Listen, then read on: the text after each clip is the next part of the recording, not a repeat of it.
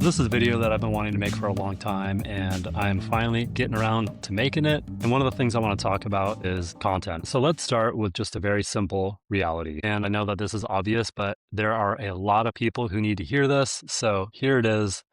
Video content is consumed significantly higher than anything that is written. And that's why you see the TikTokification happening everywhere. That's why LinkedIn has short form video content. YouTube has shorts. Facebook has the same thing. Short form content is here to stay. Whether that's a good thing or a bad thing for society, I'm not sure. I'm leaning toward probably it's not great for society, but that's the way it is. And, I want to help people tell their story more effectively. And this is a reality and paradigm that we really all need to just wrap our arms around at this point. To be more specific, people are actually 80% more likely to watch short form content versus reading something like a blog, a PDF, or a newsletter. That doesn't mean that they're totally devoid of value in 2026 and beyond, but if you're trying to skate to where the puck is going, producing video content is a critical thing that you need to start working into your process. Because if your story isn't being seen, it isn't being heard, you're not developing the recognition that you need. Now, for a lot of people, this is bad news because creating video content is hard and it's extremely uncomfortable. But I want you to look at it differently, like this is a huge opportunity. Now, why is creating video content so important today? Well, unless you're already a household name in the Fintech pantheon, then your biggest challenge is that people just don't know who you are. You're just not part of the core conversation around who the players are. So think about the way that most fintech companies try to initiate growth. They throw money at it with paid ads, event sponsorships, traditional outbound campaigns. And while they can work, they often bring unsustainable costs. And while all of these traditional methods can work, they're very expensive and you're leaving a huge opportunity on the table. And what you'll find as you go down the path of dedicated content creation is you'll start building an audience, you'll start building trust, you'll start building awareness, and you're going to build a body of content that works while you're sleeping and compounds over time. There's another benefit that's often overlooked. Creating video content forces you to think strategically about your story and how you tell it. When you're on video, there's no hiding. You have to be succinct. You have to say things clearly, think in narratives, and communicate with precision. I can't tell you how many interviews we've done where I've spent hours editing out likes, you knows, rights. Speaking on video and really nailing it forces that precision into the way that you operate. And that unto itself is a great exercise for you to go through. And so that pressure makes you better at telling your story. It gets tighter, it gets cleaner, forces your positioning to get a little sharper. Then your story becomes more powerful with audiences. And so once you get on board with creating video content, whether it's podcast appearances, short form videos, interviews, vlogging, whatever it may be, it does three critical things. One, it tells your story at scale. Instead of one sales conversation at a time, one meeting with someone after a breakout session, you are telling your story 365, 24/7 to anybody who wants to hear it. And you get to turn over the reins of distribution to these incredibly powerful platforms like YouTube, LinkedIn, Reddit, Twitter. The second piece here is that it really drives awareness. Like I said earlier, the biggest problem that you have is that people just don't know that you exist, or people don't know who you are. This allows for your discovery via short form video content, long form video content, other people's distribution channels, and ends up creating a lot of shareable moments, even in 30-minute interviews.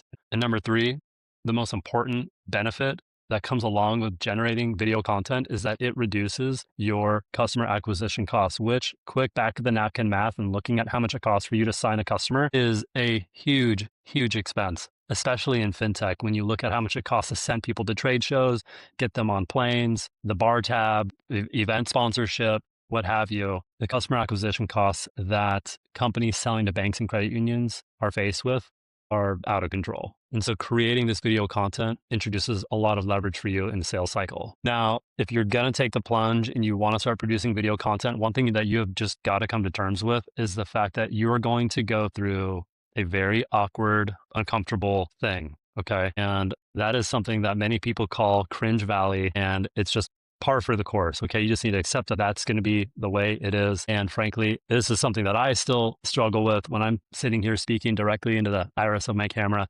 It is difficult and requires a lot of takes. The beginning is awkward. That's just the way it is.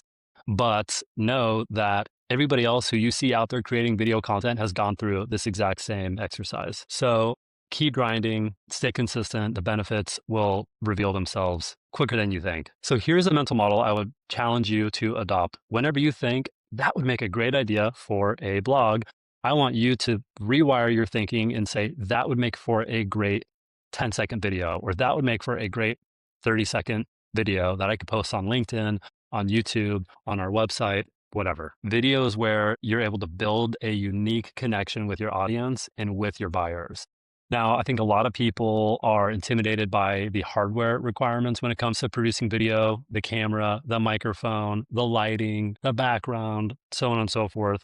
I have good news for you. People are tired of hyper-polished content, okay? There's a huge market for what I will just call organic video production, okay? People walking with a camera like this, talking into it, that is fine. And that can be a great way for you to get started. Now, if you want to take the visuals and the audio to a higher level, I have some ideas for you. I would recommend starting with a 4K web camera like the Tiny 3 webcam, which I will provide a link to in the description of this video. Next, I would recommend getting the same microphone that I'm using. This is really the standard issue podcast microphone, and it is called the Shure MV7 mic. Go to their website, check it out. I'll throw a link in the description as well. Next, you're going to need a mic stand to hold that microphone with, and you can find it on that same website. Very easy. Also, and a lot of people don't know this, the cable you use plays a big role in the type of content and quality that you're able to produce and record. So you're going to want to invest in a nicer cable, which I'll provide a link to in the description here. If you want to take the video to an even higher level, then you can get what's called a 4K mirrorless camera, which is what we use here on the podcast. And we are using a Sony a6700. It runs about $1,500, so it's kind of expensive. It's definitely an investment. But again, you don't need perfection. The main thing that we need to nail here is consistency. And whether or not you come up with a weekly cadence, a bi-weekly cadence, a monthly cadence, whatever you do, just stick with that and keep the content ball rolling. So this really is a new reality for leaders. Long gone are the days of leaders sitting on the sidelines, managing things internally, and not being associated with content creation. I would love to see any fintech leader who is trying to grow their organization, which they all are, start becoming part of the content creation process and give your people room and a little grace to lean into what this is going to look like and feel like for them as well. So content isn't just marketing. It's storytelling, positioning, distribution, trust building, awareness.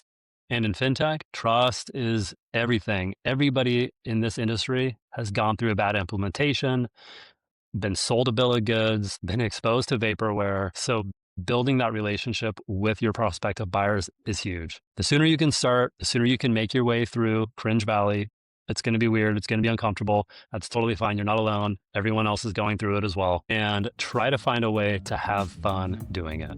Hey, did you know that Propagate Fintech is also an end-to-end marketing and PR firm? If you'd like to explore working with us or coming on the podcast, reach out to us at propagatefintech.com and we can explore whatever you're working on.